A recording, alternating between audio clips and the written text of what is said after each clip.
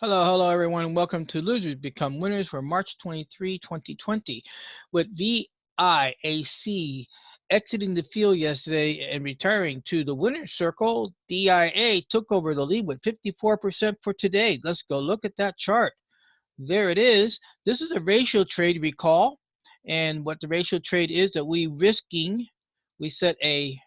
got into this plateau and we set the risk here and we close below these ratios, we move it stop to the last ratio. We close today here, and our stop is here at 199.20, and we'll confirm it here on the sale bubble 199.20. Now, what's really cool about this is that DIA owes 1238. It is up to 1540, nearly $300 up ahead. Now, can we count on it? No, because in here, if you recall back about 3 days ago in last week's video, this is about $900. So we need to get past here, close below the 182.05, and then be able to move the stop here. And then we're definitely gonna have a profit exit with a winner circle at reward. Um, Indicators look good. The only thing, MACD is rising, but the 30-day moving average is dropping.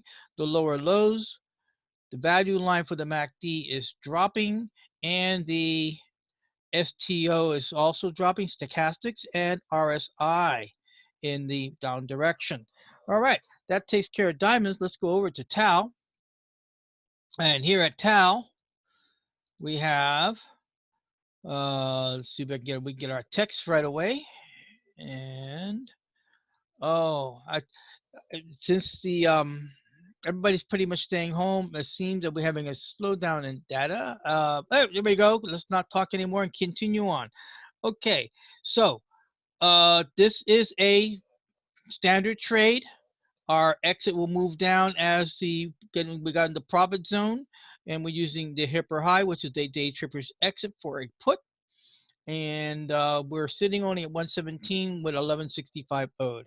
All right, you guys see here WUBA. Now, what WUBA is about is this, and that is that uh, we are in I use several trading vehicles or trading strategies. Let me put it that way: trading strategies, and one of them deals with a software that I just acquired, and I'm testing it out.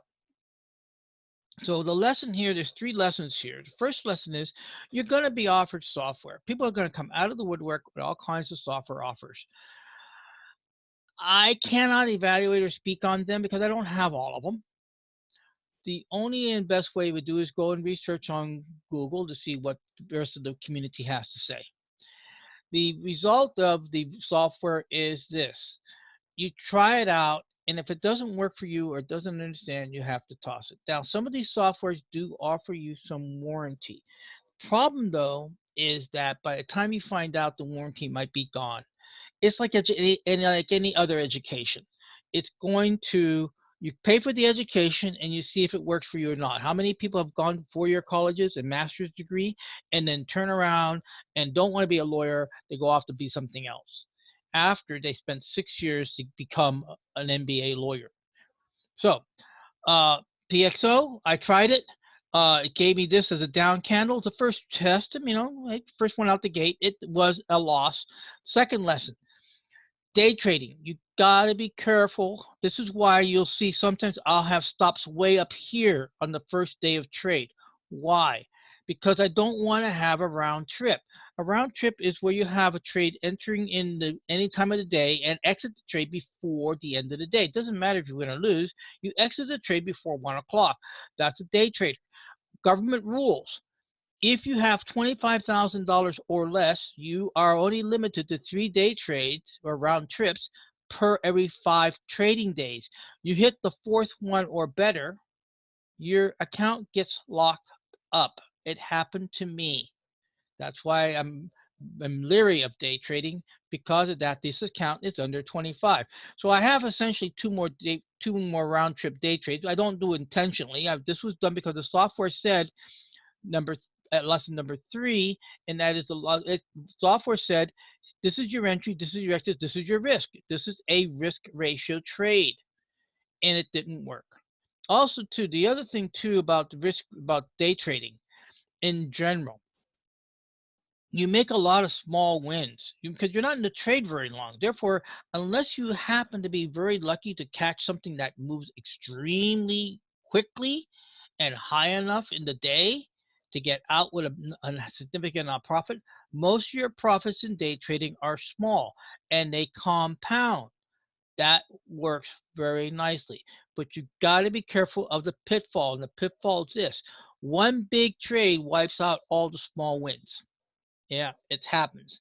I'm not a day trader. I have not experienced that, but I have experienced losses because you guys have been following me since September.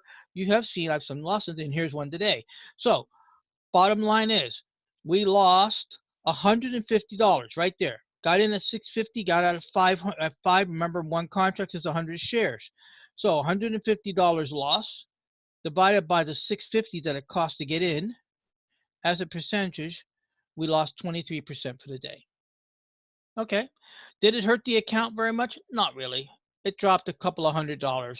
Why? Because DIA was so strong in making up for it. This is why you try to have enough positions to help each other out. So now, there is a fourth lesson here.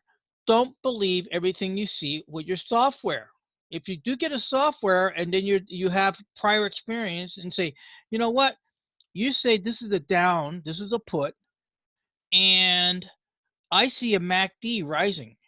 I see value right below rising. I see stochastics rising. I see RSI rising. I see 30-day. I see higher highs, higher high points. Look, high, high. Look, high, high, high, high. What does that tell you? That this software's algorithm misinterpreted this last night. It happens. Remember, I'm not going to win all the battles. So the bottom line is, if you got to believe what you see, not what you believe. That is lesson number 4. And I saw this yesterday and I questioned it. But because I'm testing the software, I went through with it. I do test with live ammo. All right. So now WUBA owes us 1842, and it'll go on back to the return back to the losers leaders stable, and it'll probably be down toward the end of the list because there's so many small ones above it, and there might be a couple of months before we get around to seeing it. So that was the lesson for today on when it become loose. Over on Tigers, don't have to show it because there's nothing there. We're still having an issue with the bid ask price. Even my other traders are having the same issue. Just got a text from Teen Titan Trader Taiki that he ran the scanner today for looking for a trade because he's live now. He has his money. He's in ready to play, but the AB was too wide and he had to pass on the trade. Why? He sticks to the rules. And with that said, we're now going to conclude today's Losers Become Winners for March 23rd, 2020. And I thank you for stopping by, checking it out, and we'll catch you tomorrow. Bye bye.